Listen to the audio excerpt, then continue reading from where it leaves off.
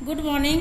ये क्लास 8 हिंदी व्याकरण में आज आप लोग का चैप्टर 4 हम समझाने जा रहे हैं। आप लोग को चैप्टर 4 जो है शब्द विचार। अब शब्द विचार में आप लोग सबसे पहले देखें कि शब्द किसे कहते हैं। तो शब्द भाषा की वह संपदा है, संपदा यानी कि वह उसको धन कहते हैं जिसके बिना वाक्य रचना संभव नहीं होता है। तो सभी व्यक्ति अपने दैनिक जीवन में अपने भावों को बोलकर अथवा लिखकर प्रकट करते हैं। तो बोलते समय हमारे मुंह से जो कुछ ध्वनियाँ निकलती हैं जिनके माध्यम से अपने बात हम दूसरे व्यक्ति को समझा पाते हैं, वो ध्वनि का लिखित रूप होता है वर्ण, और वर्णों के मेल से बनता है शब्द। परंतु हर वर्ण समूह को शब्द नहीं कहा जा सकता है। तो कुछ शब्द देखिए जैसे बलागु, तो बलागु में बोलते तो बलागु का मतलब कोई ना व्यक्ति का, ना वस्तु का, ना स्थान का, किसी नाम का संबोधन नहीं होता है। लेकिन जब उसी को हम एडजस्ट करके बोलते हैं तो उसका गुलाब, गुलाब, तो गुलाब बोलते हैं तो इससे संबोधन होता है कि हाँ किसी फूल को हम बोल रहे हैं। वैसे ही है लकीर, तो लकीर से कोई संबोधन नहीं होता है, लेकिन उसी को हम एक जगह मिला कर लिखते हैं तो होता है लड़की। तो लड़की से पता चलता है किसी व्यक्ति का हम संबोधन कर रहे हैं। अब उसके बाद इसी में शब्द के बाद आता है पद, कि पद किसे कहते हैं।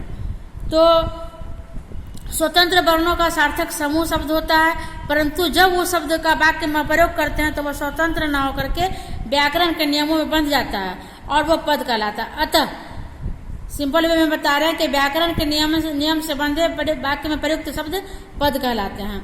अब देखिए शब्द का वर्गीकरण या बंटवारा भी शब्द का होता है तो 5 आधार पर किया जाता है। वो 5 आधार क्या है? रचना या बनावट के आधार पर। तो रचना या बनावट के आधार पर हम शब्द को 3 भागों में बांटते हैं। वो होते हैं रूढ़ शब्द, यौगिक शब्द और अरूढ़ शब्द।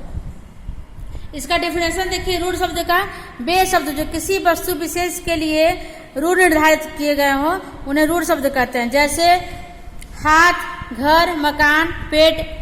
अब देखिए यौगिक शब्द, जो शब्द 2 या अधिक शब्दों के मेल से बनते हैं। 2 शब्द बोल सकता है और अधिक शब्द बोल सकता है 2 से, तो वैसे शब्द यौगिक शब्द कहलाते हैं। जैसे राज प्लस कुमार, तो क्या हो गया? राजकुमार। न्याय प्लस प्रिय, न्यायप्रिय। तीसरा होता है योग रूढ़ शब्द, जो शब्द 2 या 2 से अधिक शब्दों के मेल से बनते हैं और किसी विशेष अर्थ में प्रयोग किए जाते हैं वे योग रूढ़ कहते हैं। यानी कि उसका तीसरा कोई अर्थ ले जाता है। जैसे 10 आनंद, तो 10 है आनंद जिसके, यानी कि 10 सिर वाला, तो किसके लिए प्रयुक्त हो जाता है? रावण के लिए। नंदलाल, नंद का लाल, यानी किसके लिए प्रयुक्त होता है? श्री कृष्ण के लिए। तो ये हो गया योग रूढ़। अब दूसरा में है उत्पत्ति या स्रोत के आधार पर। उत्पत्ति या स्रोत के आधार पर शब्द जो होते हैं 5 प्रकार के होते हैं। तत्सम शब्द, तद्भव शब्द, देशा शब्द, विदेशी शब्द और संकर शब्द।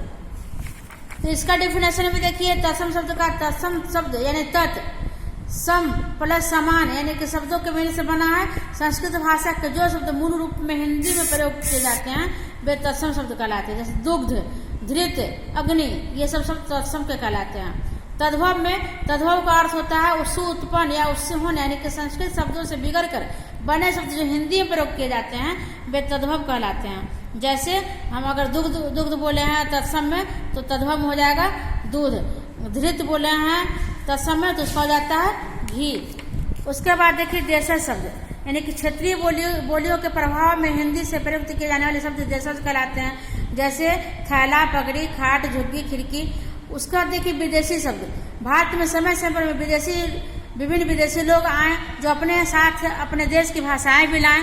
विदेशी लोगों के प्रभाव से हिंदी के शब्द भंडार में अनेक विदेशी शब्द की बढ़ोतरी हो गई तथा उनका प्रयोग पूर्ण रूप से किया जा रहा है। ऐसे शब्द को विदेशी भाषाओं के लिए विदेशी शब्द कहलाते हैं और इन्हें आगत शब्द भी कहते हैं। विदेशी शब्द को हम आगत शब्द भी कहते हैं। जैसे अंग्रेजी से कुछ शब्द आए हैं कंप्यूटर, डॉक्टर, टिकट। अरबी से इनाम, पर्दा, जहाज। फारसी से हफ्ता, कागज, सब्जी। तुर्की से बेगम, बारूद, चिक।